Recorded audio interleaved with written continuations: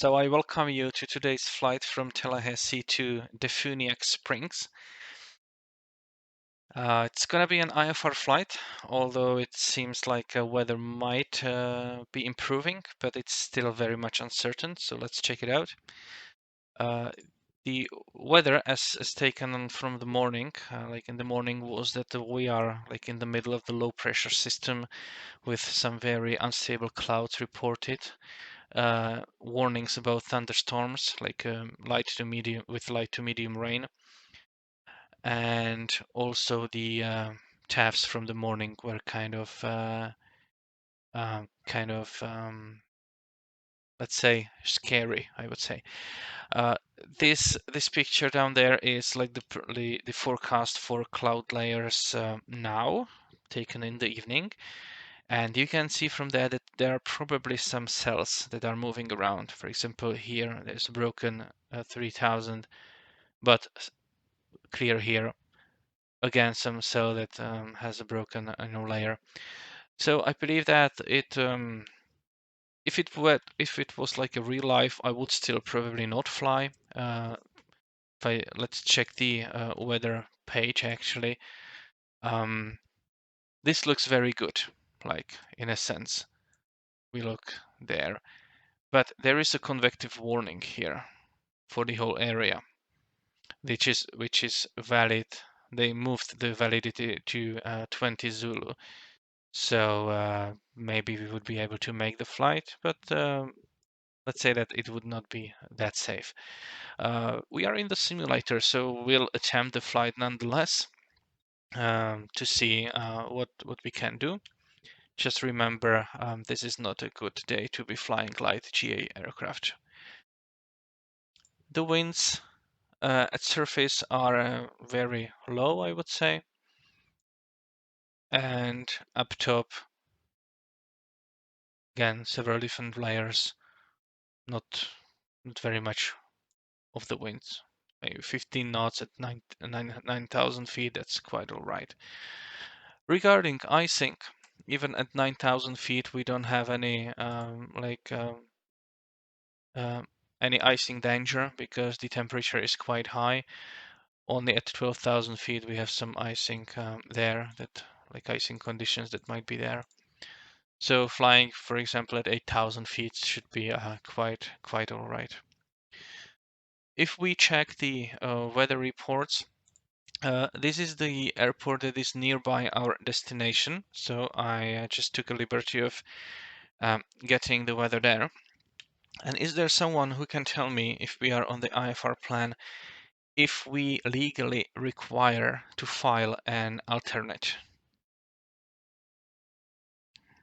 Just study the weather a little bit, like a forecast, and if someone can tell me if we do require to file an alternate.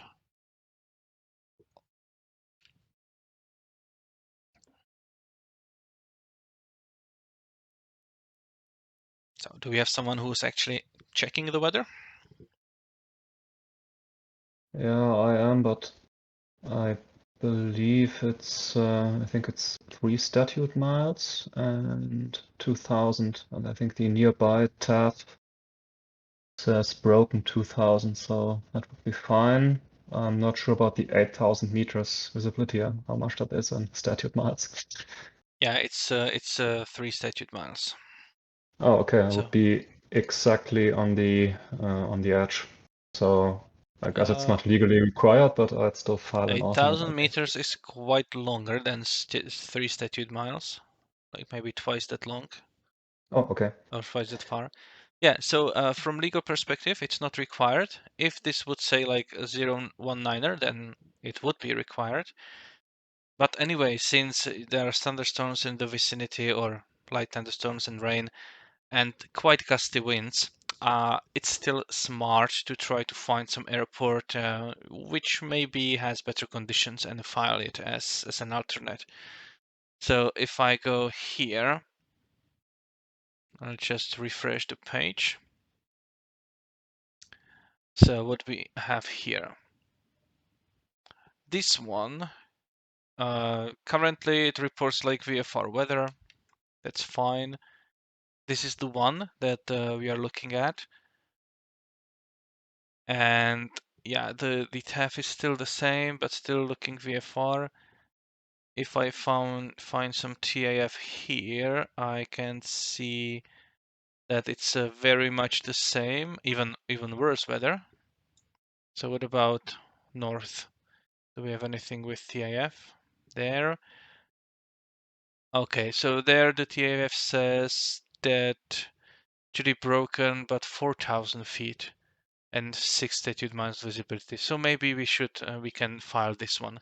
And of course, pack enough fuel, even more than is required, because we never know how long we need to stay in the air. So me personally, I will file this one as my alternate. Okay, so that's weather.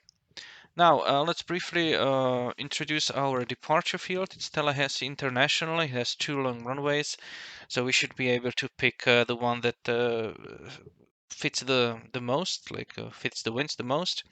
We are now located thereabout.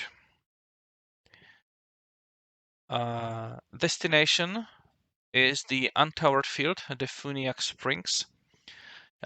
It's attended only to 2100 Zulu, so we should be arriving in time, but we can of course land also after that, but maybe we won't be able to get to the FBO or something like that. But this is our arrival field. Now the departure. We have let me bring up the chart for Tallahassee. And do we have any controllers?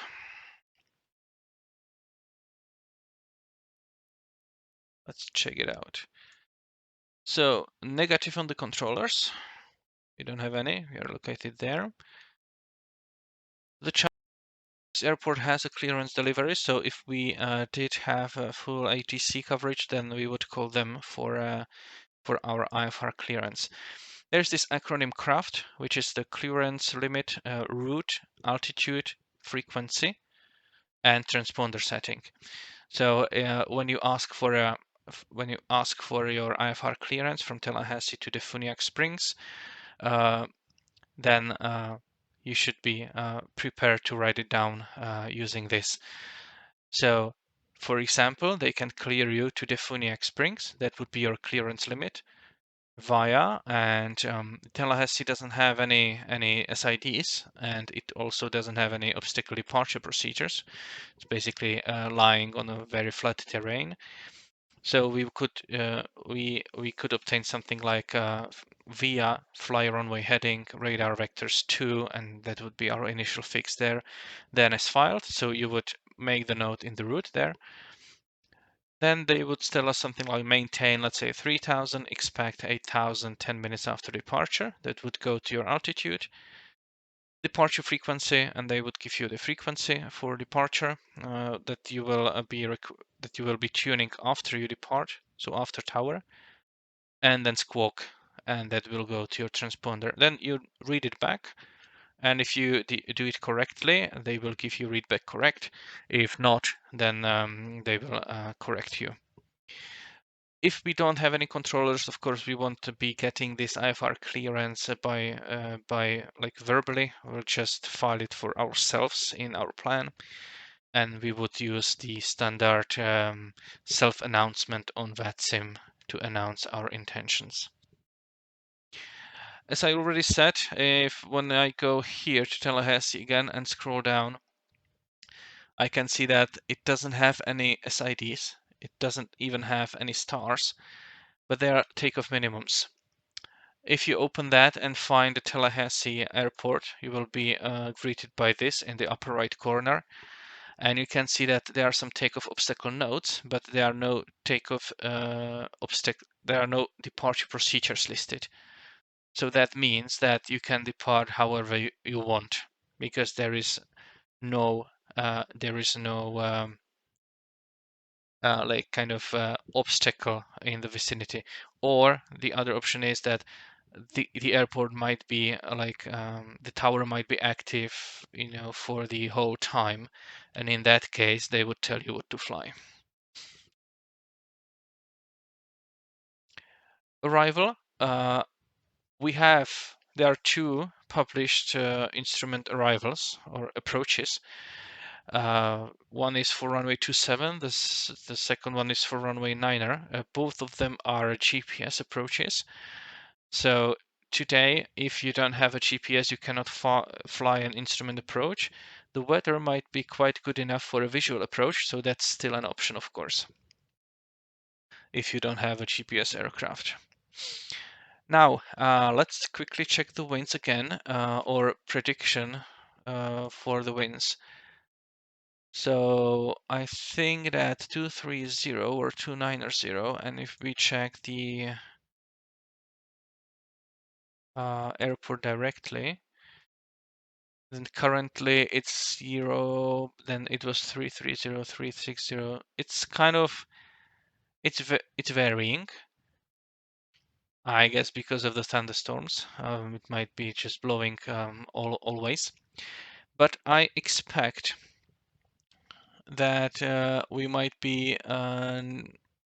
expect more runway 27. However, the winds are not very it's not entirely clear which runway will be preferred. But let's consider it's going to be runway 27.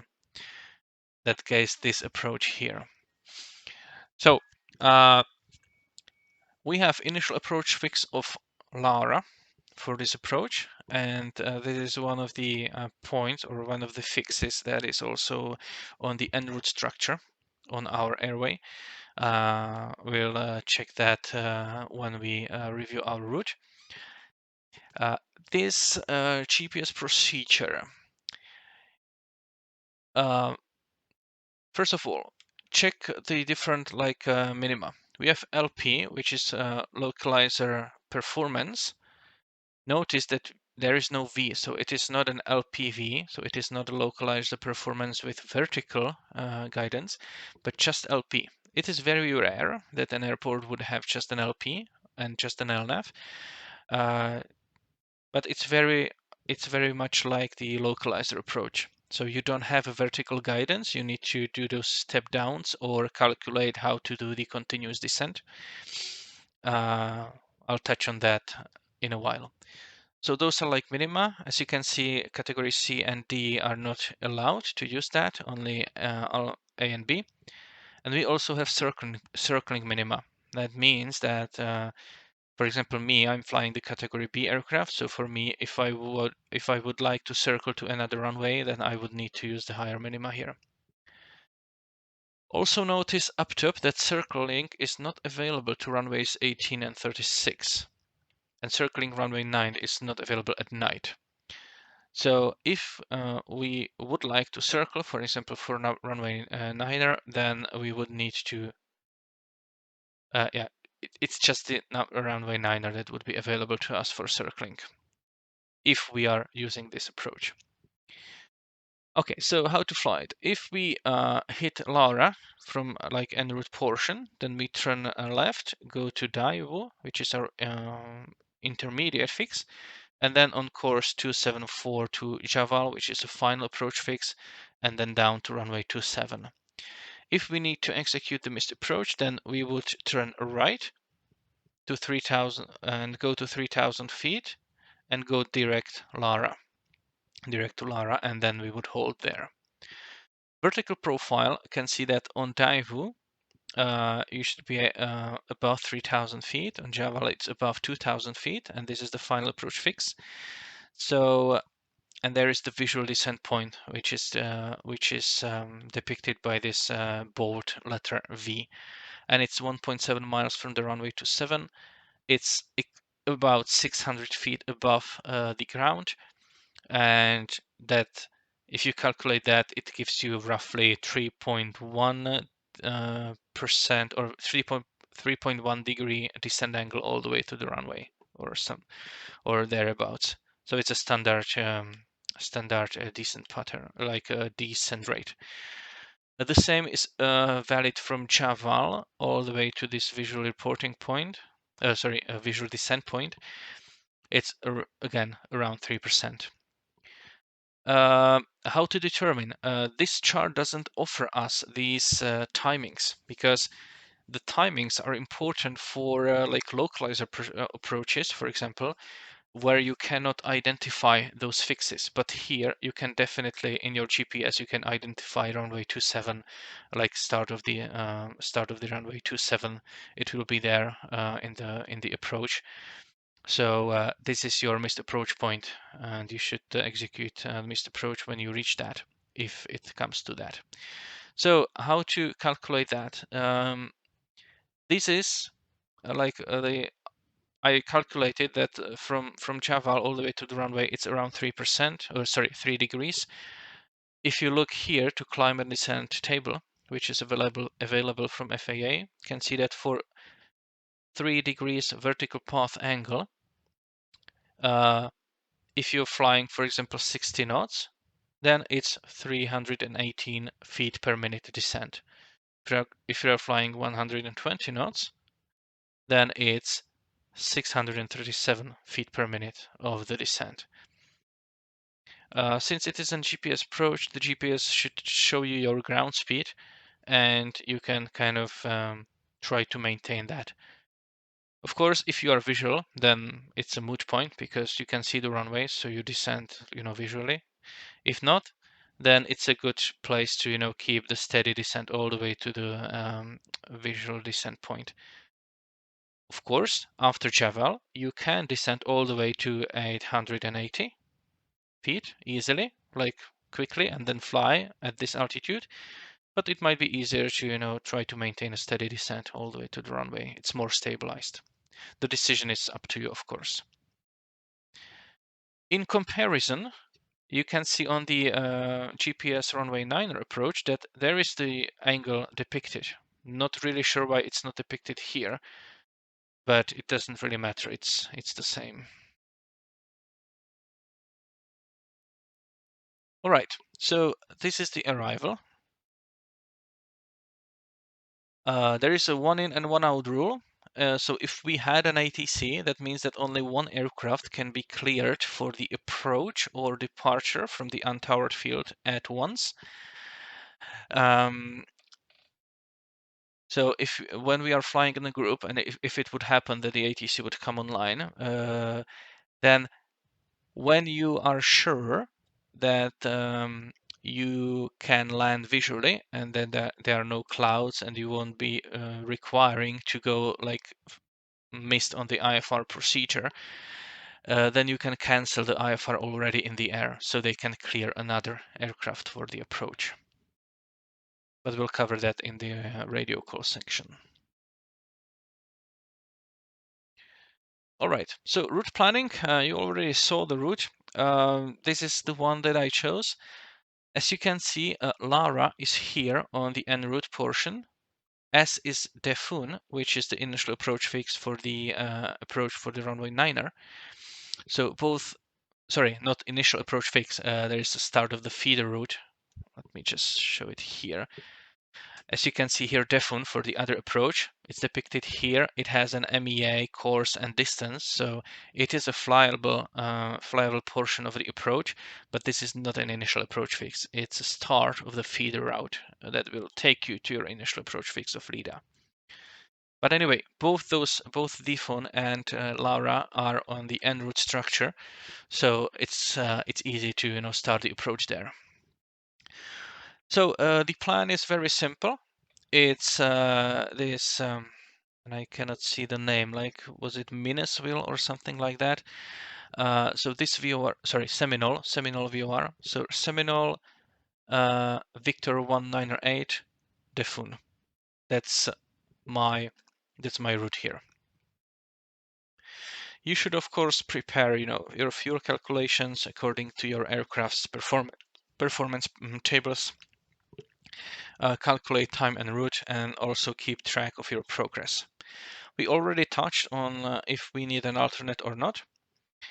And since we are here, let me also describe two things that I found on this en route portion on these airways.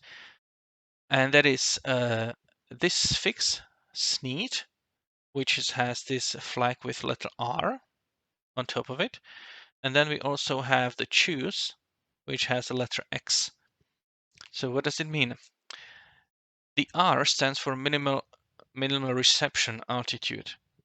So you can see the minimal en route altitude of this segment is 2,000 feet.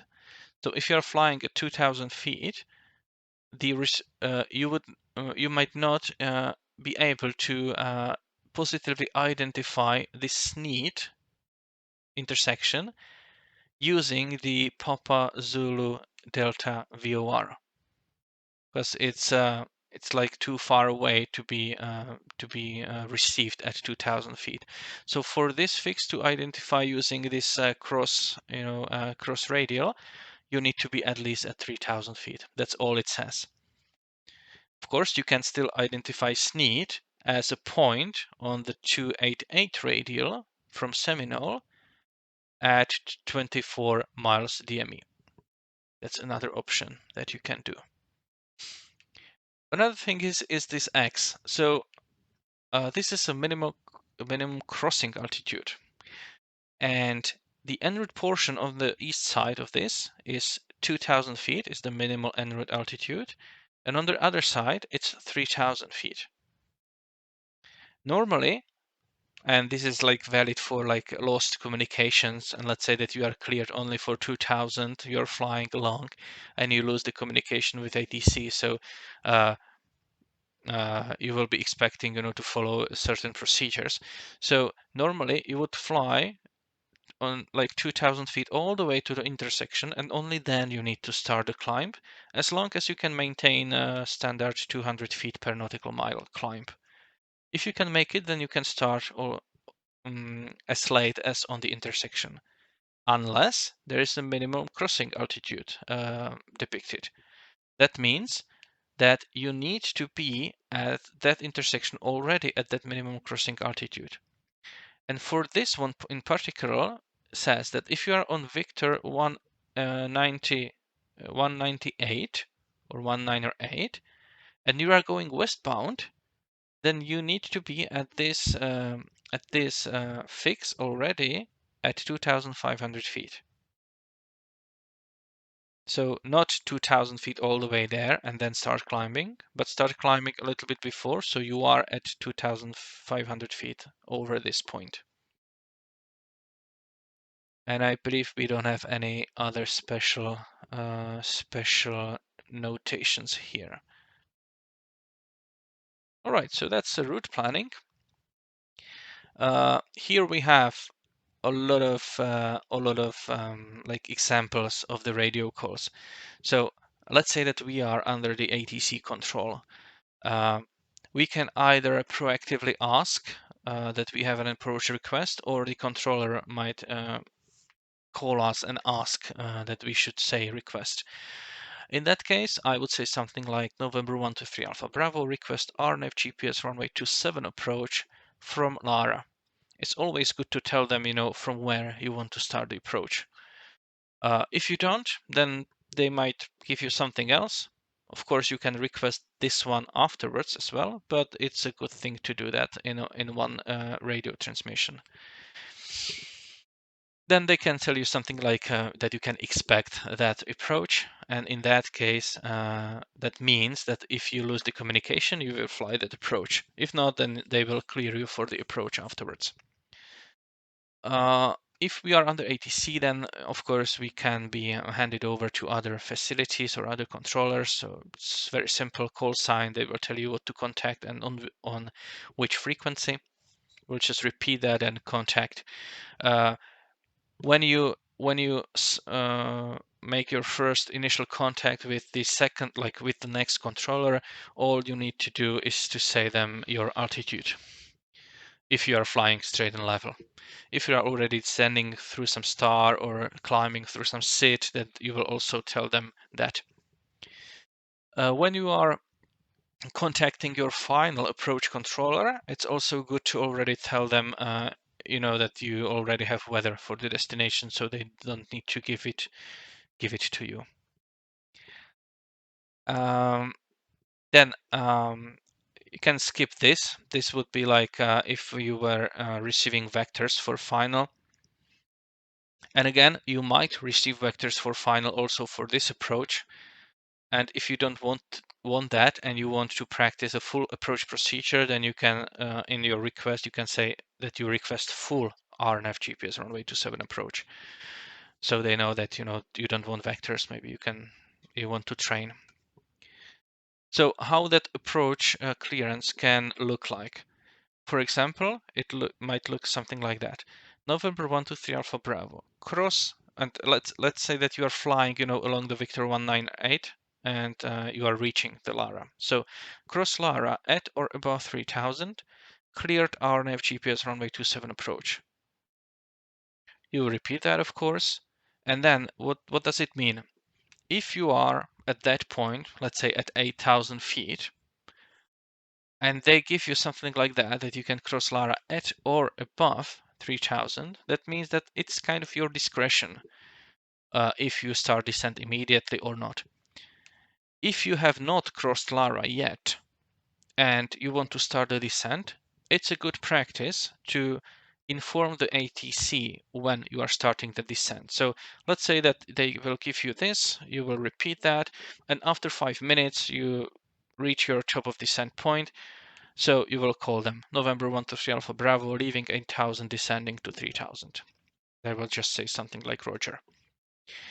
However, if you determine that you are able to, if your top of descent point is after Lara, then feel free, you don't need to tell them anything, because as you cross Lara, you are already on the approach part, and the vertical navigation or vertical profile is yours to have. Then when you are starting the approach, at some point the ATC will call you that you should report IFR cancellation or missed approach on the ground or in the air, you know, basically telling you and reminding you that they will need your cancellation before they can open that airport to anyone again. And in that same message, they will tell you that you can change to advisory frequency, in this case, Unicom for VATSIM. And that means that they are terminating your radar services at that point. You are on your own on the approach. You should make your calls to the CTAF frequency or Unicom on VATSIM and make sure that you announce correctly what you are doing for the local traffic that might be there. If the landing is assured, or if you know that in case you need to go around, you can still stay in the pattern, for example, and attempt another landing, so there is no weather around, then you can already cancel the IFR in the air. If not, then you land and cancel IFR afterwards. All right, so that's for this. This is again the arrival airport, just so you know the GA apron looks to be on the east side of the airport. So there. So it means that when we land, we turn right and taxi back to meet up here. So I'll just start the turn on the battery and avionics so I can hear if anyone's already making calls.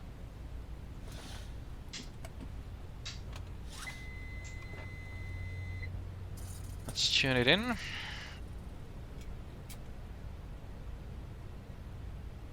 Alright, I will need to set up the initial flight plan because otherwise I won't be able to load the approach.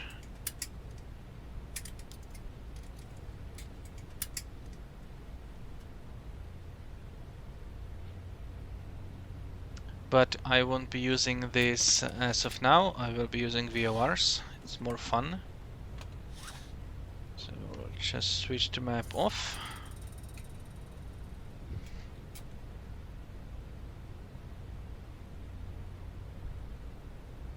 Alright, so I loaded up yeah.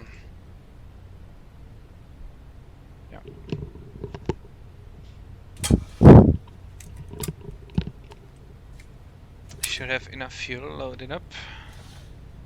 Yes, fuel is enough. Let me file the flight plan VATSIM. So it's gonna be IFR today from KTLH to 54J Juliet. We are flying, well, okay, we're flying Golf then, because we need to do the approach. Cruise speed, I believe it's gonna be an 83, and I'm gonna climb to 8,000 feet. The route is, just copy it from here. Route is like that. All right. And I can file it.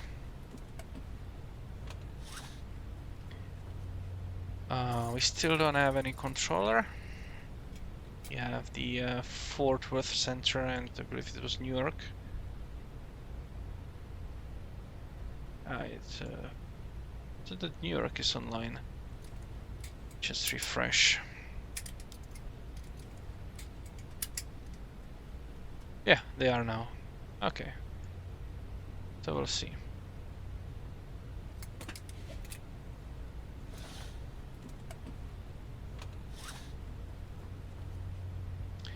Alrighty. So let's get the latest weather at our KTHL. Okay, not at Tallahassee, KTLH. Have I filed it correctly? Lima, radio check. Yes. Volunteer. Okay.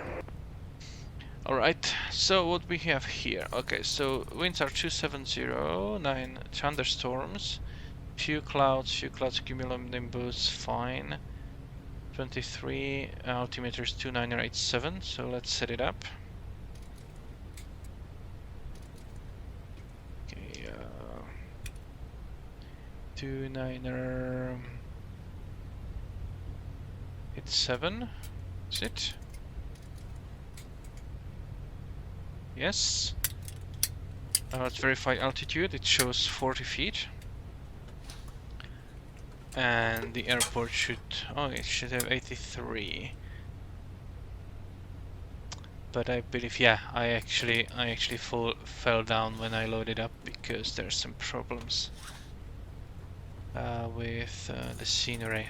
There was some problem. I'll consider that alright for this case. Alrighty. So let's set up let's actually start the engines. So I don't run out of battery. Traffic, November Clear prompt. 652, 9 Lima, taxiing to runway 36 via Charlie, Tallahassee. Okay. Switches.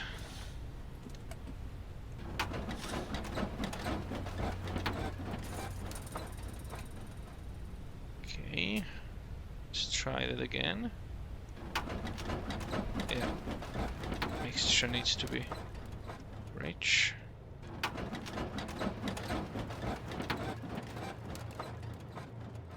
Alright, let's monitor those engines.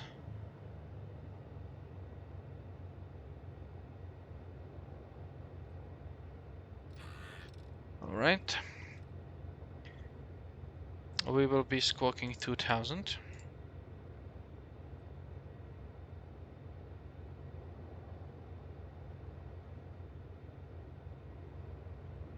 Right, and let's bring up the map and let's see what kind of frequencies we need to tune in. So first, we're gonna head to Seminole VOR, which is 117.5. So let's fill it in. That's there, 117.45. Let's positively identify it. Okay, wrong frequency. 0.5. Okay, Sierra Zulu Whiskey, that's correct. Then, if I look a little bit farther, we also need Mariana on 114. So let's do 114.0. Let's try to identify that. Mike Alpha India. That's correct. All right. I'll also tune in the nav2.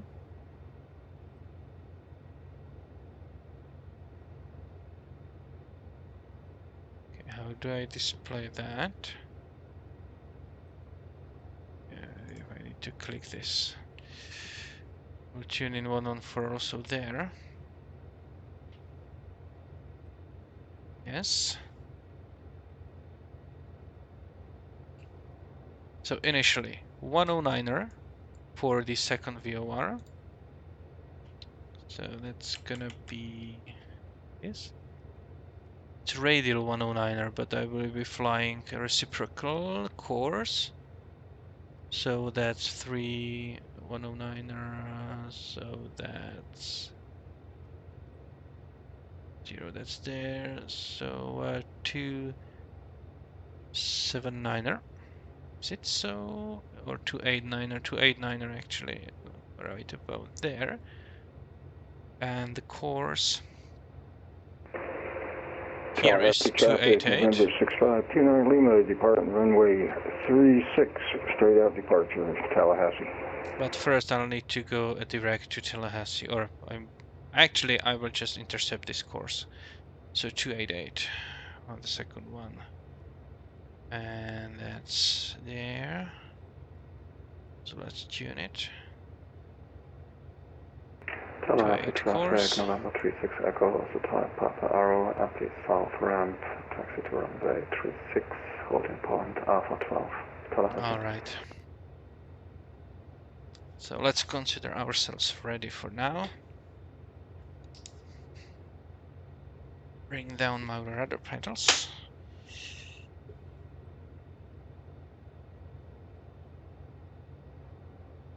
Okay, so entire flight should take us about 40 minutes.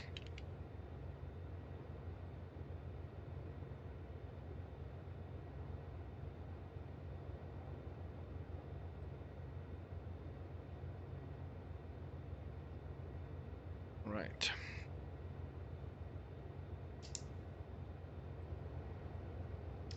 So which runway we will use? The winds. Yeah, the weather might have changed a little bit.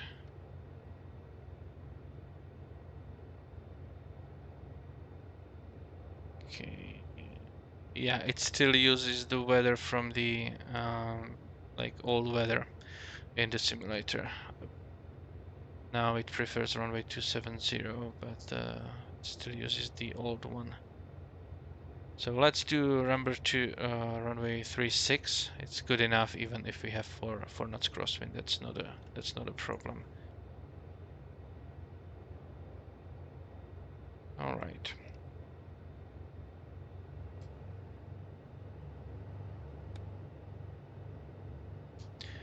Tallahassee traffic, Oscar Kilo Golf Charlie Romeo is twin Cessna on the apron, taxiing to runway 36, Tallahassee.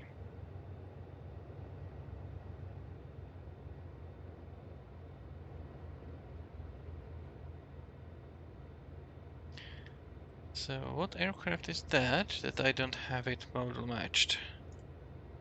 Let's try to determine that. Aircraft. ME08, I don't know what that is.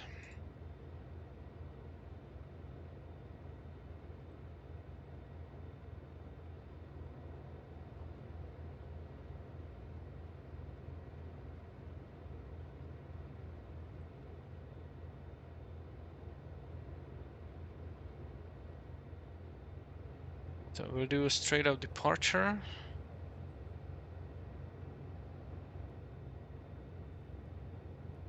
And now the wind changed in the sim. But it's just 6 knots crosswind, so we are very good to depart 36 as well. I have started timer before. Let me reset it. So reset this one.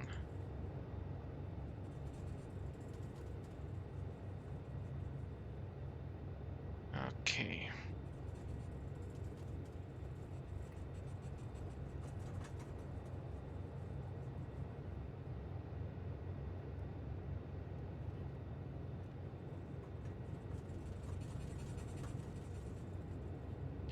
And we should reach 8,000 feet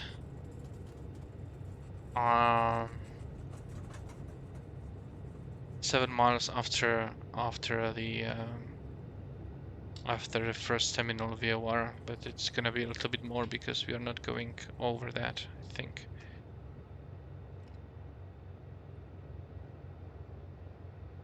Okay, so let's do run up.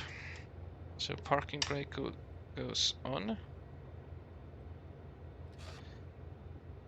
And let's test if we are ready to go. So 1,700, and now let's test the magnetos. 2 going down. Yep. And another 2 going down. That looks good. Let's check the feathering.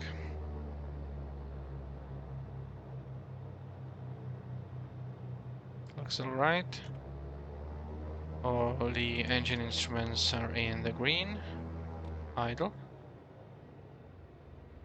Engine still running. Tallahassee traffic, Arrow 36 Echo at Alpha 12, departing runway 36, straight out departure, Tallahassee. So he just beat me to it, that's alright. Okay, so we have about 30 degrees here, so let's do some calculations first. If we are to have a standard temperature lapse, then at 8,000 feet we should expect 16 degrees less, so around 15. Around 15 feet, 15 degrees Celsius, centigrade. And the pressure altitude at 8,000, we are in the low pressure system, so it might be a little bit lower. So let's say that it's like 7,500. So let's line up 7,500 with 15 here.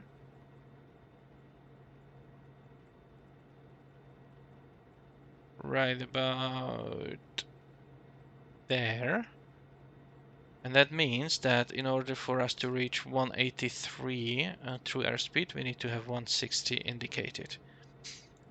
All right. Okay, are they off? Yeah, they are off. Tallahassee traffic, Oscar Kilo Golf Charlie Romeo, departing runway 36, straight out departure, Tallahassee.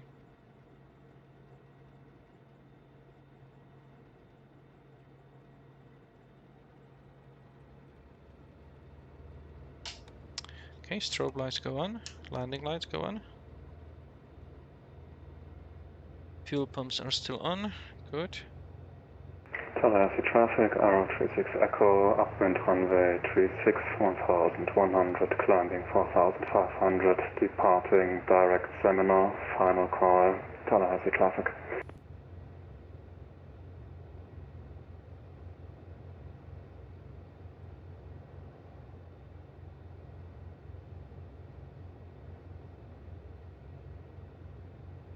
So as a reminder, I will put 8,000 feet here, my altitude. Put my heading back to runway heading. Out there.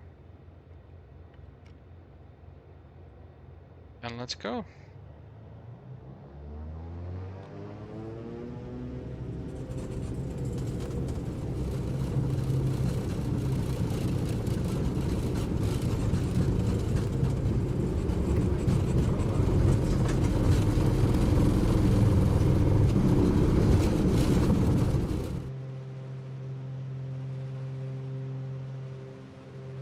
Gear goes up.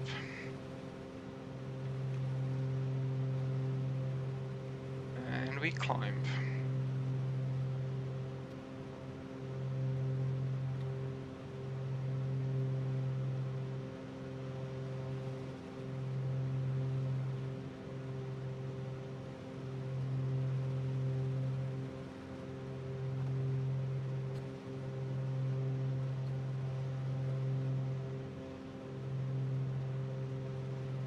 Okay, we are high enough, so I can reduce my engine power to keep the wear and tear manageable. Let's transfer, let's speed up a little bit. Tallahassee traffic, Oscar Kilo Golf Charlie Romeo departing the pattern to the north. Final call, Tallahassee. Do we have any message somewhere? Okay.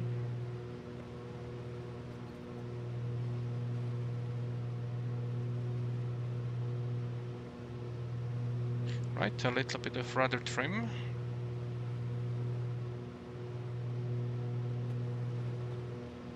Okay, if possible, I'll try to hand fly the airplane all the way. We'll see how that goes.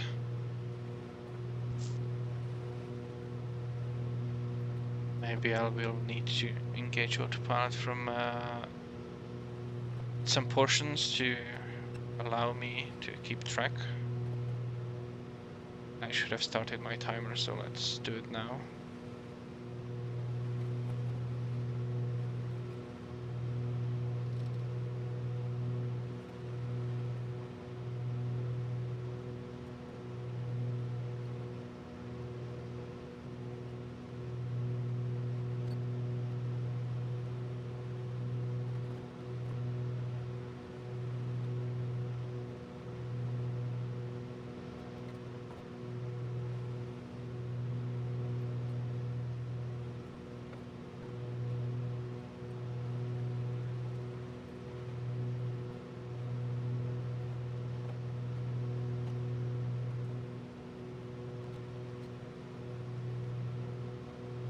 Okay, so since we are flying straight up, straight north,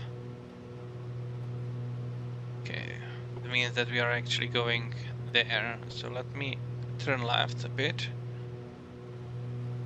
so I can intercept the. Or actually, let's go straight to. Let's go straight to the VOR. So there we go.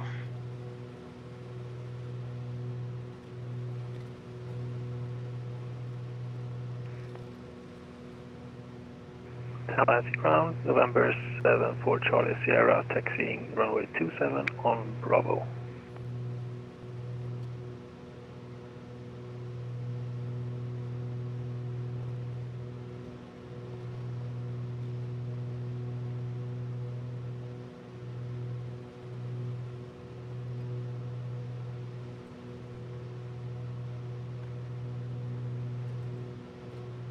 Right, so keeping the manifold pressure at the edge of the green arc,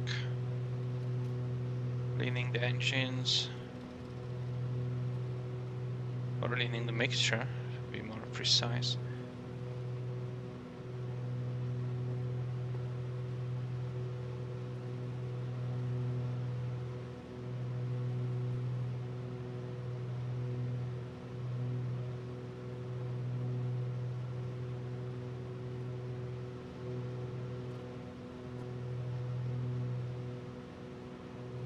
We are very close to the VOR, so the needle will get will be a little bit sensitive.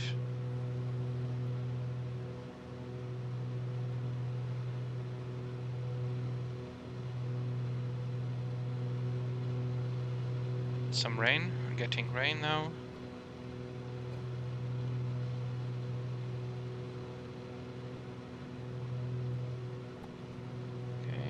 So when we cross that VOR, we want to go 288. So I'll just tune 288 already. And when we lose the signal, now we turn.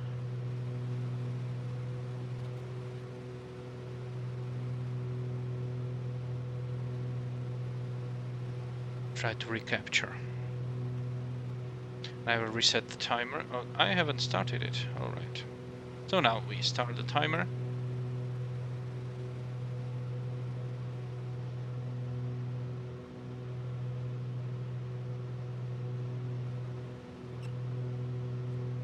The approximate heading before reaching top of climb should be 286, and afterwards it should be the same. So if I go to 286, just 2 degrees to the left of the course, should be able to keep that.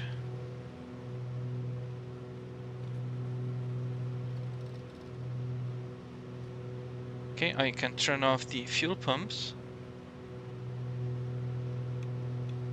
and turn off the landing lights.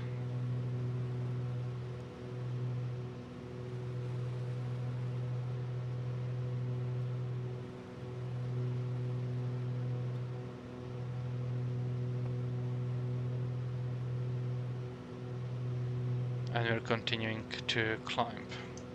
Okay, my throttle levers are all the way up, so from now on I cannot keep at the top of my green arc there.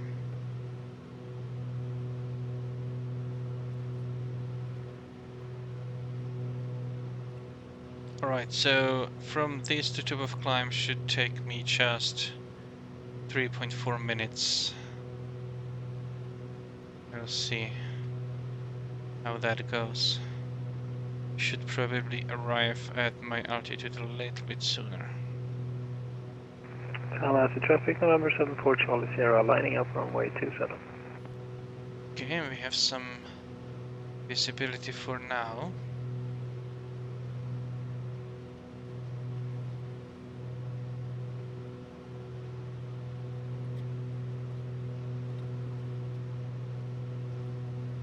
I won't be resetting the timer when I get to that altitude. I will do that at Quill, which is 12 DME from the VOR.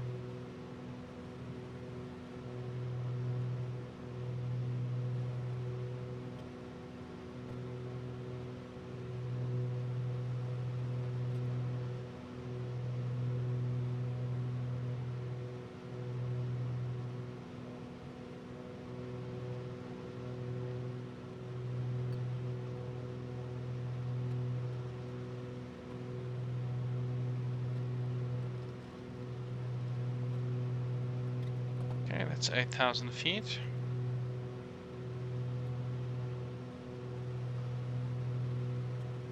So let's push on the yoke.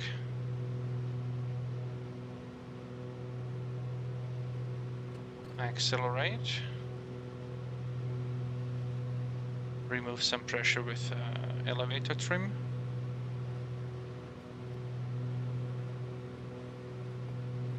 And rough estimate is that we should accelerate to about 160 knots indicated. And then when we are there, we will of course check that we are, like, the temperatures are what we assumed.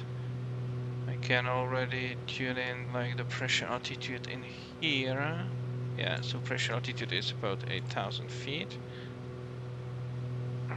Tallahassee traffic, November 74 Charlie Sierra, Arrow 68, departing runway 27, IFR departure to the west, Tallahassee traffic. How's that weather in Tallahassee?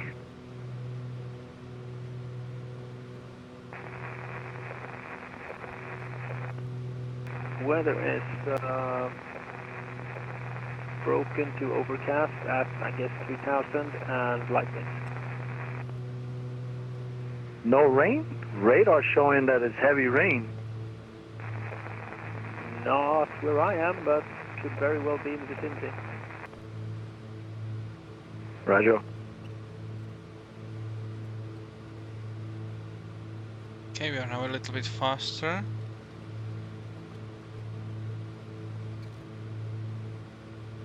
Okay, we are coming up on 12 DME, which is shown here.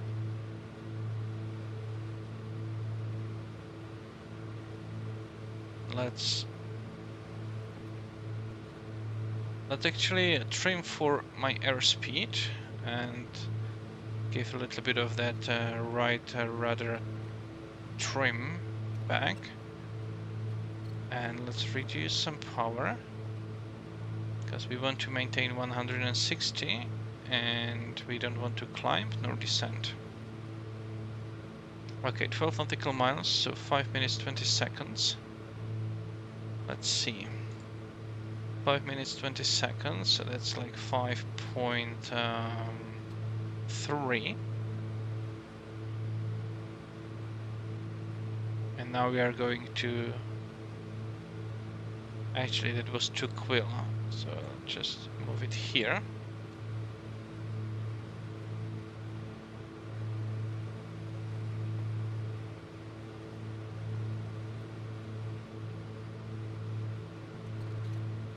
Winds in Defuniak seem to favor runway 9, I guess. New meter.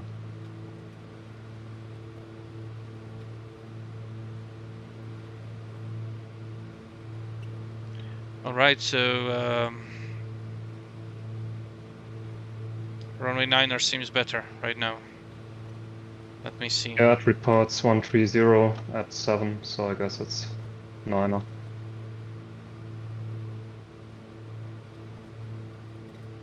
Yeah, that is true. However, there is broken layer at 4,700 feet, so you can very well do the 27 approach with circle to land maneuver. Yeah, that's true, I guess. Guess maybe if whoever arrives first gets to pick.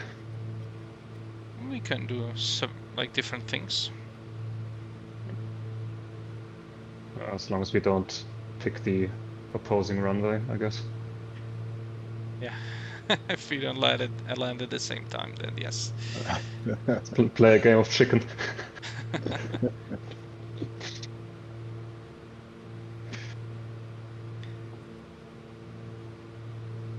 Alright, so let me check where I am. So, Quill, then we are going to Sneed, which is 24 DME. And since the whole segment is 41, then at 20 DME, I should be actually changing to navigation by Mariana. Pick the RMF 9 because of the procedure term. I haven't practiced one in a while. Yep, you will need to do that if you go for runway 9. Okay, so 20 nautical miles. So now we should navigate by the second VOR. We'll switch it also here. I need to change the course by 1 degree. And now we are navigating to. I will switch my DME readout to the nav2, which I will put to 117.5.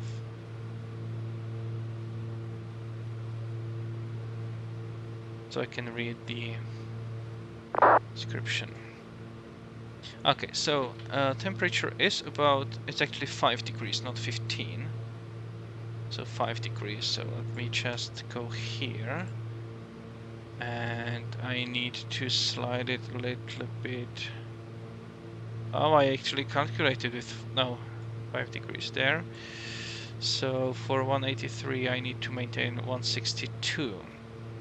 So I need to be a little bit faster. Let's just add a little bit of power. And let's see. Okay, so at 24 I should be at Sneed. So let's see.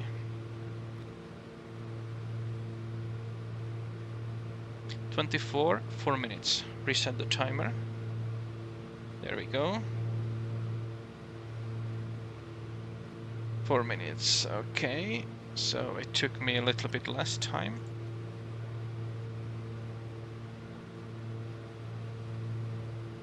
Now we are continuing to the VOR, which is the Mariana VOR. And from there we'll depart on 272.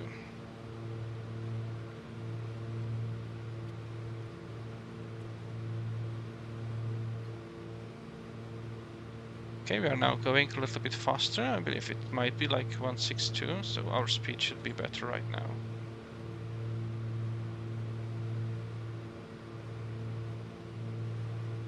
Started climbing.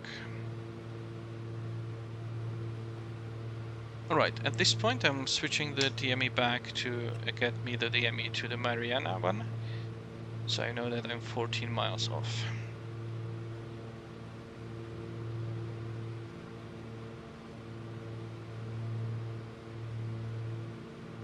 All right.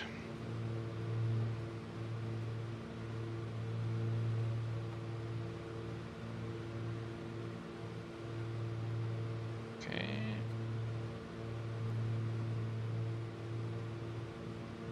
Just reduce power just a bit. And I'll put a little right aileron in. Try to keep me straight and level. It's too much.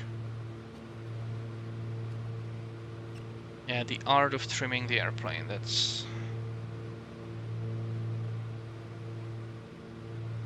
And especially in the simulator where you cannot feel the aircraft.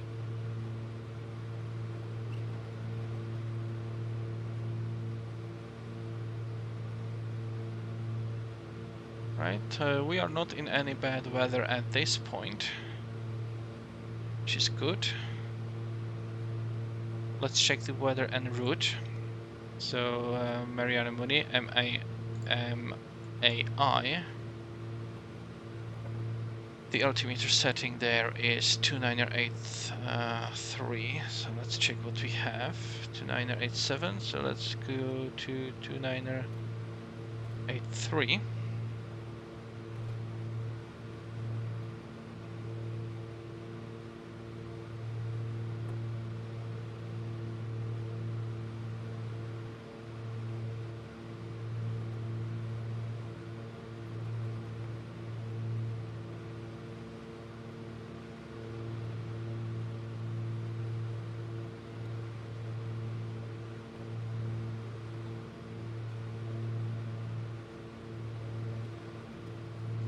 Keeping on course.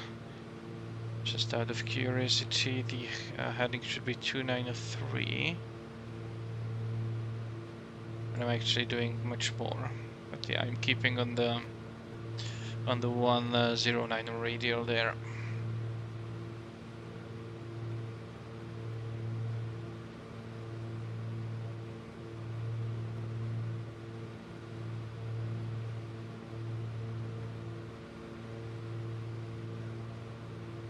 Okay, 6 miles to go to the VOR. Means it's gonna be around there. I believe that's just 6 miles, might be.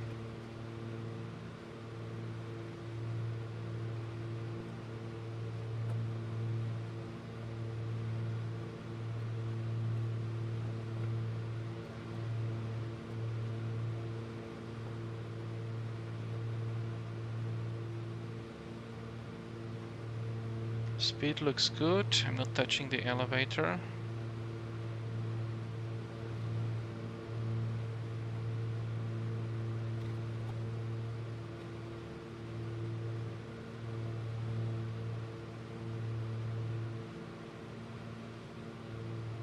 A bit less power to keep from ascending, or to keep from climbing.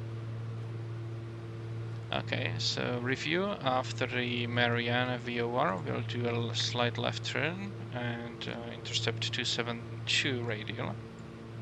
And we'll be approaching very quickly. Well, it's 22 and another 20. So 42 miles, that's still enough time.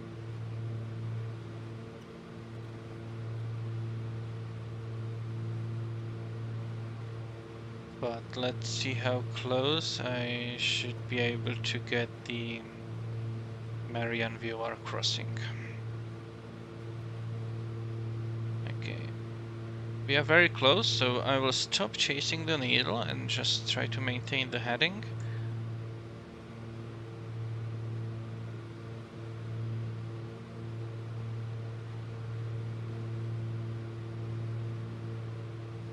Yes, 272. As soon as I lose. Okay, let's make the turn, slight turn.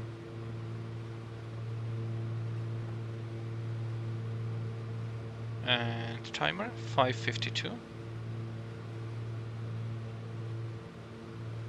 So 5:52, that's 5.9er actually. Very spot on.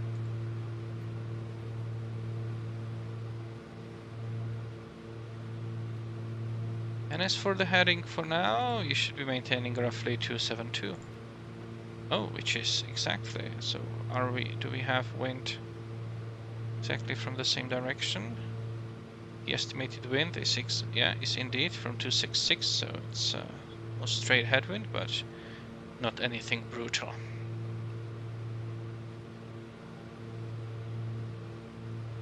All right. So now we will be flying on a 272 radio to Bujilev. I don't know how to read it. Bravo Juliet Lima Echo Whiskey. Let me just fix myself here. Managed to descend a bit, so just add power to climb again. So the next one is 16.3 miles. So the overall distance is 80. And we should be switching to Gainesville VOR in the middle. However, Dilara is in the middle. And at that point we will be starting our approach. So I'm gonna stay at Mariana Muni. But I will already go and load up the approach there. So menu, utilities, autopilot menu. Oh, I don't know on that. Back, flight plan, load procedure, approach. We have RNF 27. Our transition will be Lara. That looks good. Does any of you guys use Just the activate it. GNS 530? The working title one? Say again? Do any of you guys use the GNS 530 GPS unit by working title? Not me. I'm using 750. Okay. Because my screens just went dark and I can't get them to turn back on. Check that. Do you have your alternator on? Yep, it's on. Okay. Battery is charged as well. Well, so I cannot help you. Oh. Okay. Maybe turn it off and on again. Yeah, I tried that already, but let's see. Battery off. Battery on, and nothing. Well, if you left your alternator, then turning off your battery will not do anything. Yeah, I guess you're right. Let's see. Both off. Both on. No, nothing. And you recycled any kind of avionics as well, right? Yeah, it doesn't have a dedicated avionics switch, so yeah, I guess the battery would recycle everything. Okay. Well, I'm at the end of of ideas.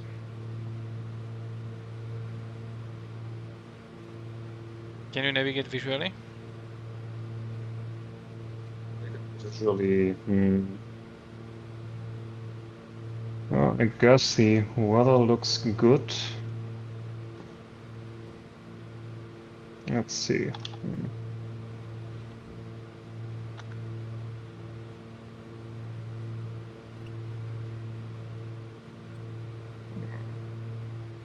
Still looks good. Let's try that. Right, so 16 DME to Bujilev. I suppose I can, so just proceed visually, I guess. Yeah, sorry, I feel for you, but cannot do anything for you, unfortunately. Yeah. Just don't know what I did wrong, but just tapped out to another window, and when I tapped back in, it, yeah. Yeah, okay, so you did that. Potentially risky, I guess. Risky move. I somehow managed to trim my airplane in a way that it really keeps altitude, more or less. Keeps the heading and keeps the speed that I wanted to keep, so... Good. Okay. I just had to, Let's- pat myself on the back. Yeah, I was going to, because was going to be my first flight today, 100% hand-flown IFR, but I guess it's no longer IFR, so it doesn't count anymore. Bummer. I think it does. I'll just descend 2,500 and follow the interstate. Oh, you're still Should lead P1? me. Ah. I thought for some reason that you were P2 already. And I'm speaking to you and forgot to reset my timer. Well, no, sabotage you as well, sorry. nah, that's alright. I'll just... The other fix is just 2 minutes away, so I'll just collocate the time. Add it together.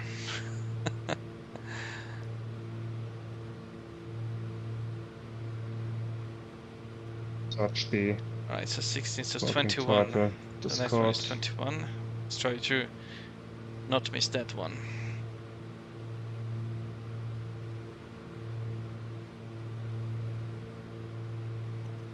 Nope, nothing. We have some weather in front Okay, of I us. broke it, no idea why or how, but I broke it.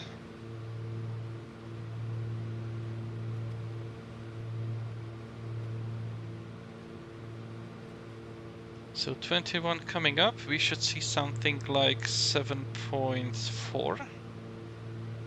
I don't have any landmarks planned now. I guess just cheat a bit using little nav map. Yeah, that's the way. So 21 coming up.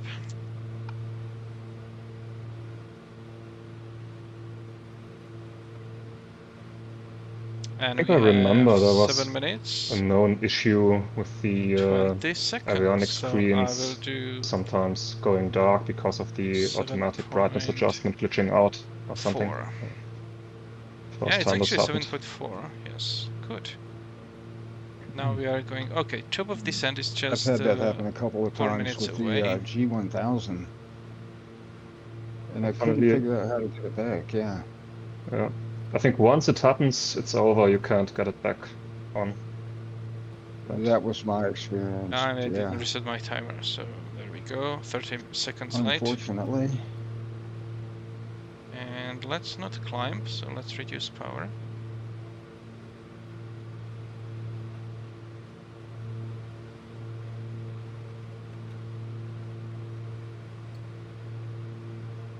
So when I have 3 minutes and 0.7 is actually 42 seconds. So as I have 3 minutes and 15 here, I'm gonna initiate my descent.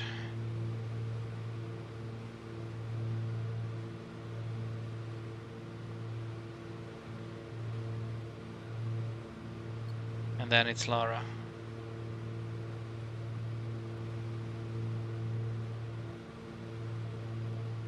Well, I will try to fly that approach using just this 650. And we'll see how that goes. I've never done that. I always had a map present for GPS approach. I wonder if I can do that without the map as well, or not. That's gonna be the first for me.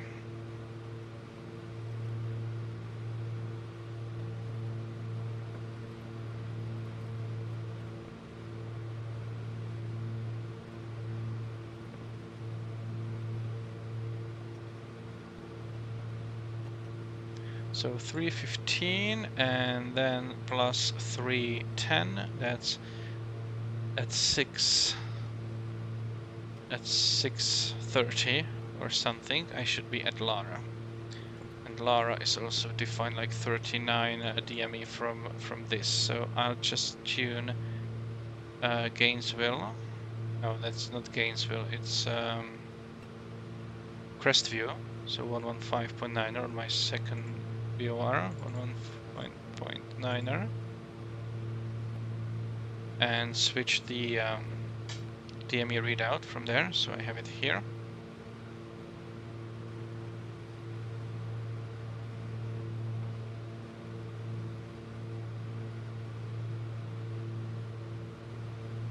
So at 39 I should be at Lara and I'll be switching to to GPS here, or maybe before even.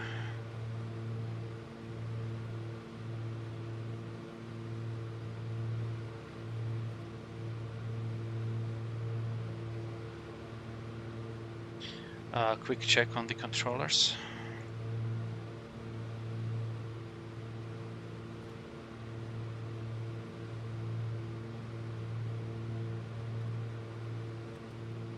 Oh, I'm the first. How come?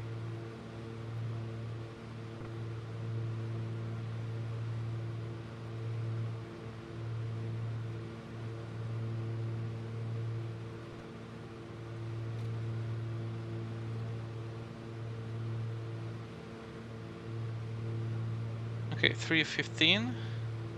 Reducing power. Now to descend around 700 feet per minute.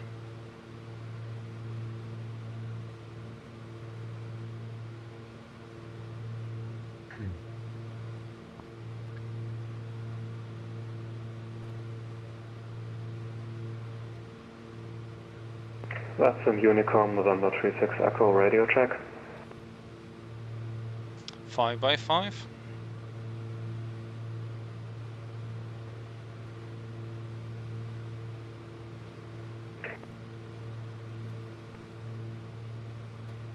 Okay, it stopped descending. Okay, I have another problem. I guess the GNS units also took the radios with them, so I can't say or hear anything.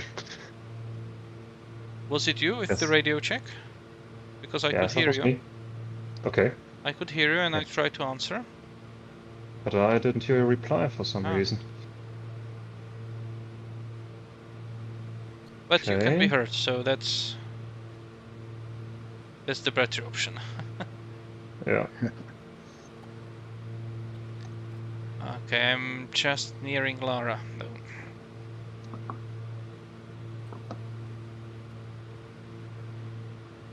Okay, I'll switch here from my timer to my GPS. And it says Lara, should be DTK 276.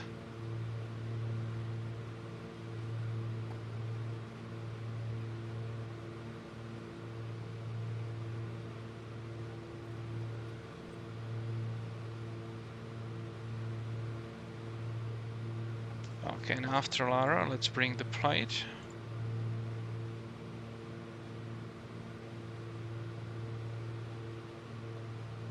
After Lara, it's gonna be 195. Just make the calls then and hope nobody's near. Because I'm supposed to fly visually anyway, so yeah.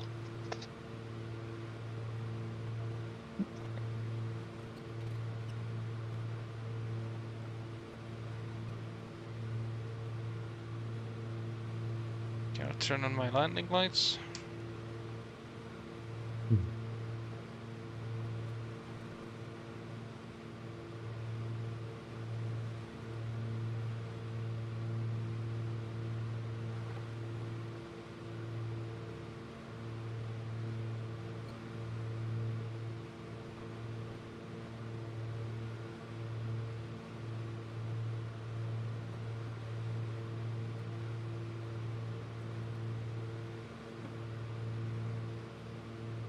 Okay, let's switch to the GPS, CDI. Okay, how come it provides... Okay, now we are going to... Okay, so 195.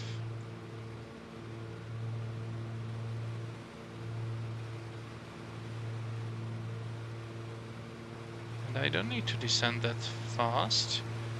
What am I doing? That was not cool.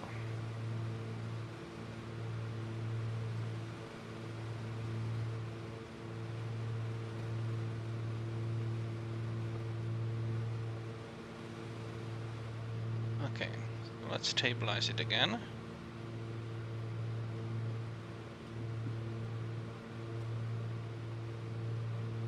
Alright, so 195 to Daewood, and it's 274 again.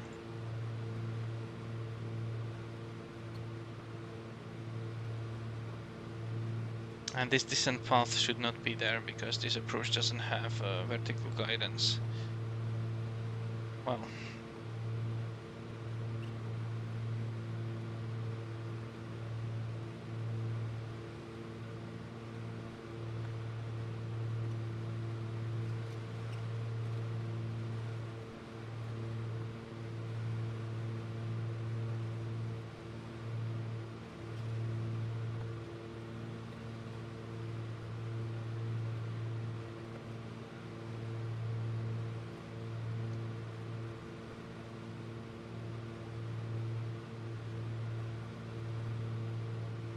I should already go. Turn to 274.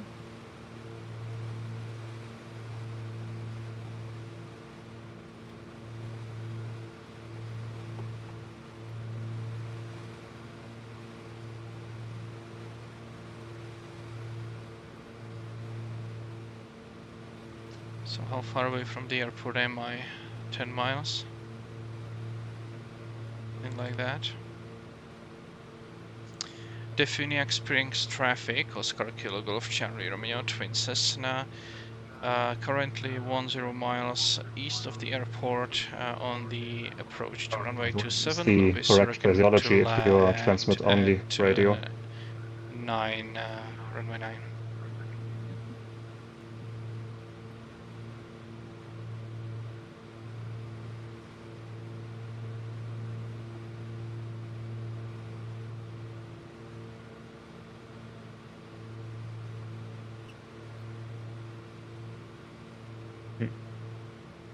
Okay, going to Chavala. At Chavala I should be at 2000, so I'm rather high. So let's actually descend. Even though I'm will be doing circle to land, so it's not a problem that much.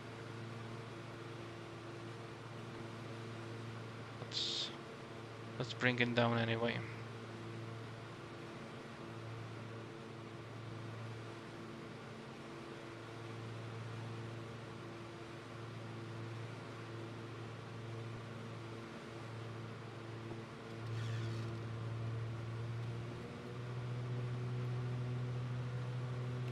Fuel pumps go on.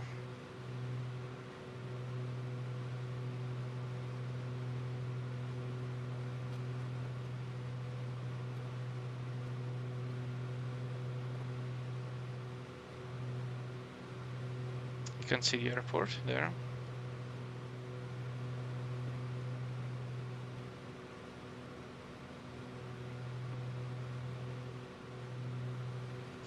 Defuniak Springs traffic, Oscar Kilo Golf Charlie Romeo, 5 mile final for runway 27. Will be circling to land to runway 9er, Defuniak.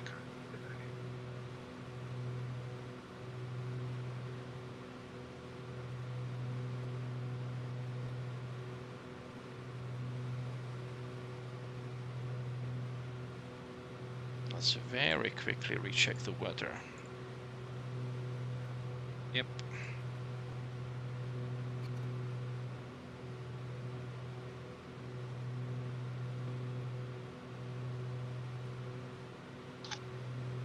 I don't know if you can hear me, but I cannot hear you in Discord.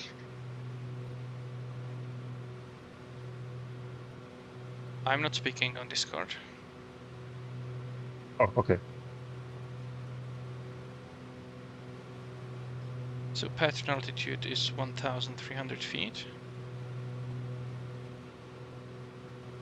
Defuniak Springs traffic, Oscar Kilo Golf Charlie Romeo, turning to left downwind of runway 9er, Defuniak.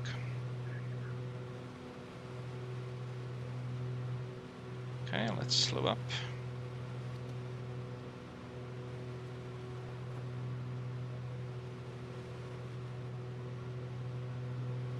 Alright, so mixture, let's go richer.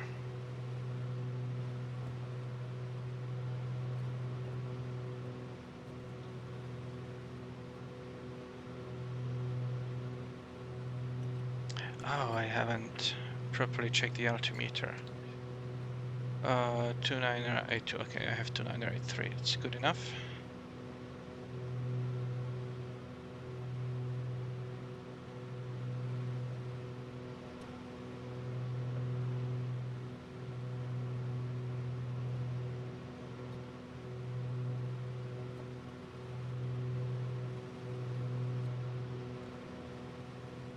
So landing lights are on.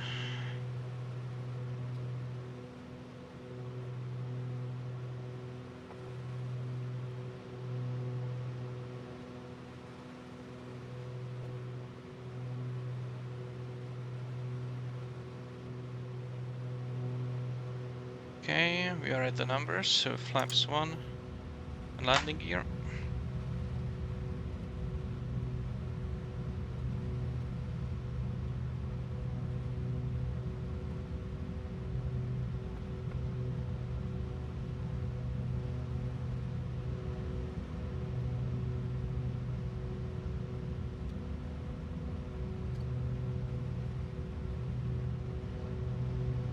Okay, and we can descend a bit.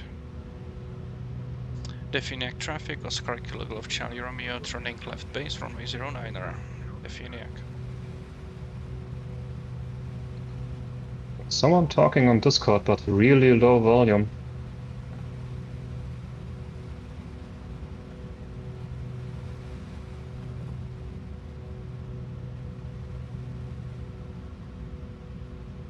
Slow down.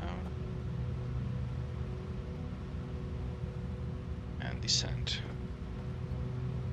Defuniak traffic, Oscar Kilo Golf Charlie Romeo, turning final, runway 09er, full stop in Defuniak. Okay. Ah, that's a nasty overshot. And final flaps.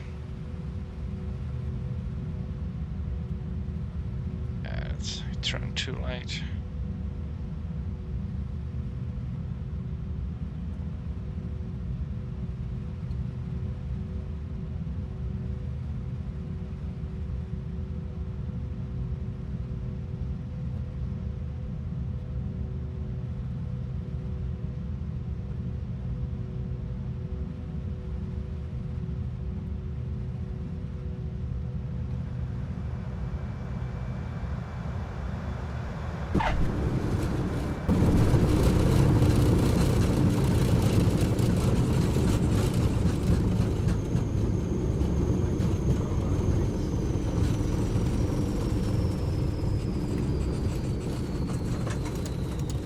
Flaps up.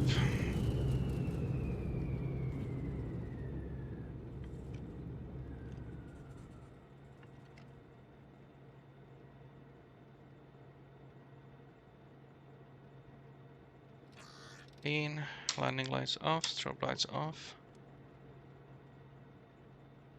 Fuel pumps off. Defuniak traffic, Oscar Kilo Golf Charlie Romeo, runway is vacated, taxiing to parking to the east apron, Defuniak Springs. Okay, so we are there.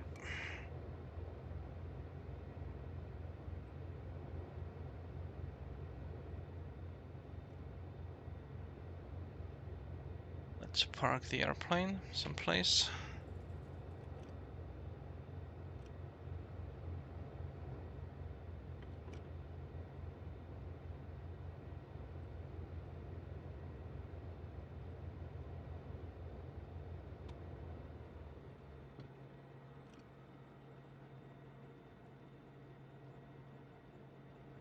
Okay.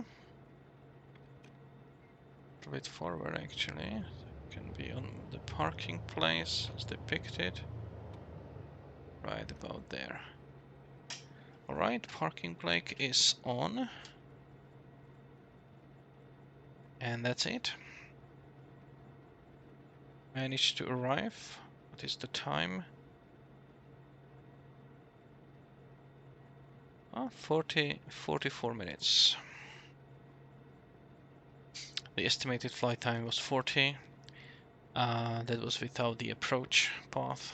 Defuniak traffic, Skyhawk 6529 Lima is approximately 10 miles to the south of the airport. I will be circling to land runway 27, or runway 9, Defuniak. Right, and that was the circling approach as well. I added some minutes, so I believe that the en route time was quite alright. Defuniak traffic, November 74 Charlie Sierra, Twin Baron. 10 miles to the northeast, will be circling to land, left traffic, runway 09er. Defuniak traffic. Before the others arrive, let me just try to insert the flight plan here to see how well I've done. So create flight plan and close. And here we will arrival procedures RNF27 from Lara. Dear Trailer for Lara, so insert. So let's see how we've done. So initially, yeah, as I said, I was climbing a little bit to the north, overflew the VOR and try to keep track, more or less that was alright. Then keeping track there. Once reaching Lara, we made a left turn, dive or right turn. Yeah, I was always a little bit late with the turns, always overshot and needed to correct. And then broken off for the left downwind. And I should, yeah, 1.1 knots is quite alright. Okay, an overshot there. Yeah, I need to work on my overshooting a little bit. But otherwise, I believe that it was pretty well done. Yeah, let's see, others are approaching already. All of them are here.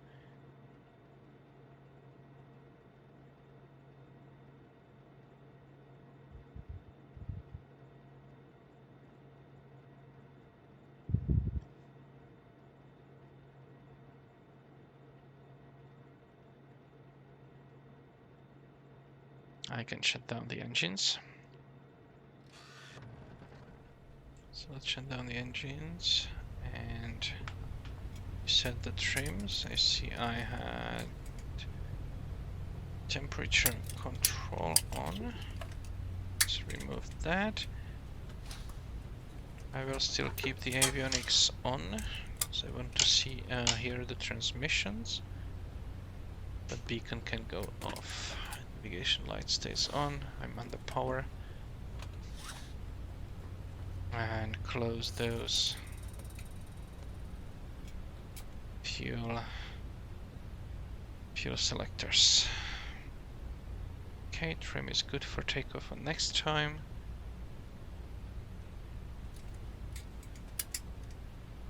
Very well.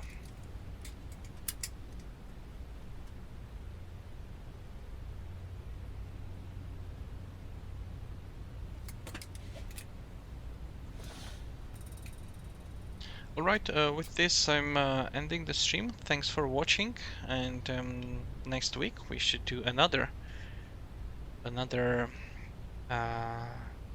VATSTAR group flight.